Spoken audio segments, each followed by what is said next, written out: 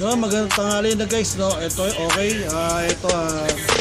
Paglalaban natin ng gagamba, so matagal tayo na ito sa paglalaro ng gagamba. Nagtinda rin tayo itong mga nakaramban. Yung nga alam, hindi ko naglalaro ng gagamba. So puro tinda na benta tayo ng benta sa mga bata at sa maglalaban. Pero guys, so shoutout sa inyo lahat. Nagbabalik tayo unti-unti at maglalaro ulit tayo ng gagamba.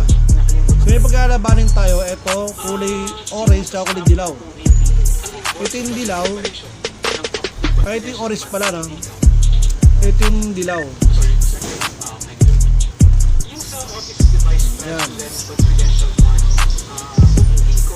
Yan natin kung sino matapang sa dalawa. Pero pala yun, pareho matapang.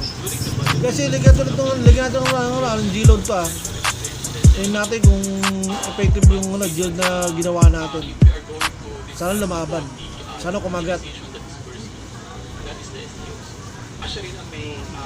Tapos lumayan natin. Orange kontra dilaw. Yan natin guys.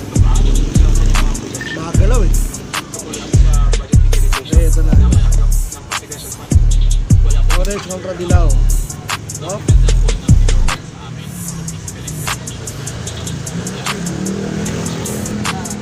Makagalaw. Guys, mas bati to. Yan natin. Ay, naunahan bigla yung tumawag na naunahan eh. Sapa. Nalikuran kaagad yung dilaw. Talo yung dilaw guys. Tapang yung orange.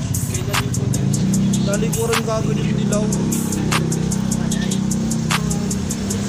Lalo kinakain na talaga. Hindi na pinakuha ng orange. Kinain. Nalikuran kasi kagad na una pagsalpok nila. Nalikuran kagad sa kabito yung dilaw. Pangatlong salang, hindi na binitawan ng orange.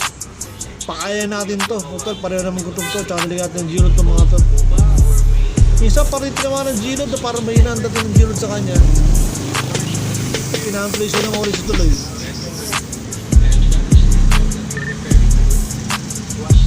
Ngayon guys, eto na. Hindi na yung sas, kinain na. Okay, so mabubusog na naman itong orange ito.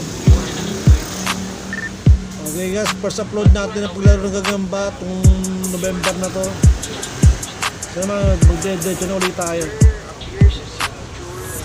Ginawa ng pagkain. Pagkain na. Gawin natin. Pagkain niya na eh.